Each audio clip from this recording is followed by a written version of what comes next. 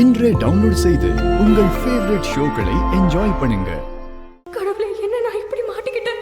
நான் இப்போ எங்க இருக்கேன்னு கூட யாருக்கும் தெரியாது. ஷாலு, ஆயுஷ், ரிஷி யாருக்குமே தெரியாது.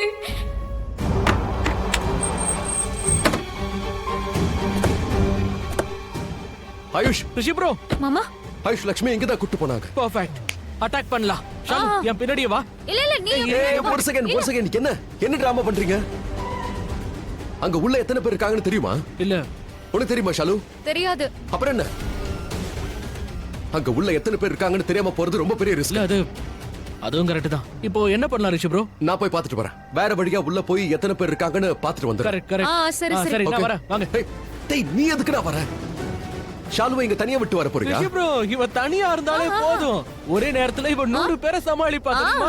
ஆனா அந்த 100 பேரும் உயிரோட இருக்க கூடாது. அப்பதான் இவளால கவனிக்க முடியும். ஆயுஷ், மாமா இன்னொரு வாட்டி அடிங்க. நீயே போடு. எப்ப பாரு விளையாடுதானா? ஏண்டா இதெல்லாம் விளையாடுற நேரமா? நான் ஒரு வேலை பண்றேன். நான் போய் பார்த்துட்டு வந்துடுறேன். அதுக்கப்புறம் உங்களுக்கு அப்டேட் பண்றேன். Copy Charlie.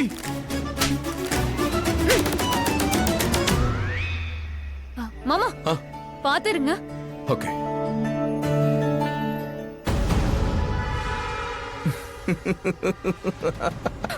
மீன் மாதிரி துள்றத நிப்பாட்டு.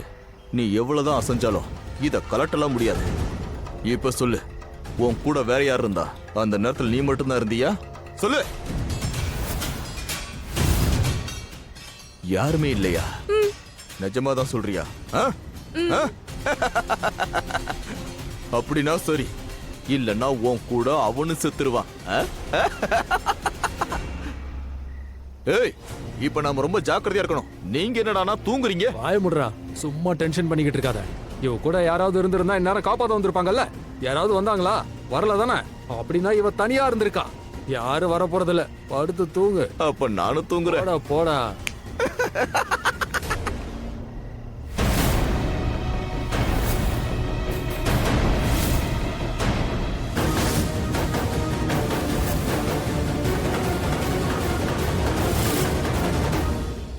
கடவுளே, இப்ப யார் வரது?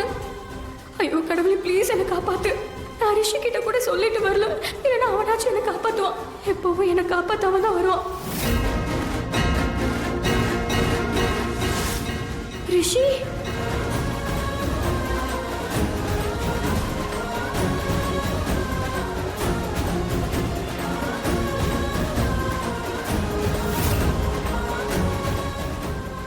மூணு பேர் இருக்காங்க. அப்படின்னா ஈஸியா சமாளிச்சிடலாம்.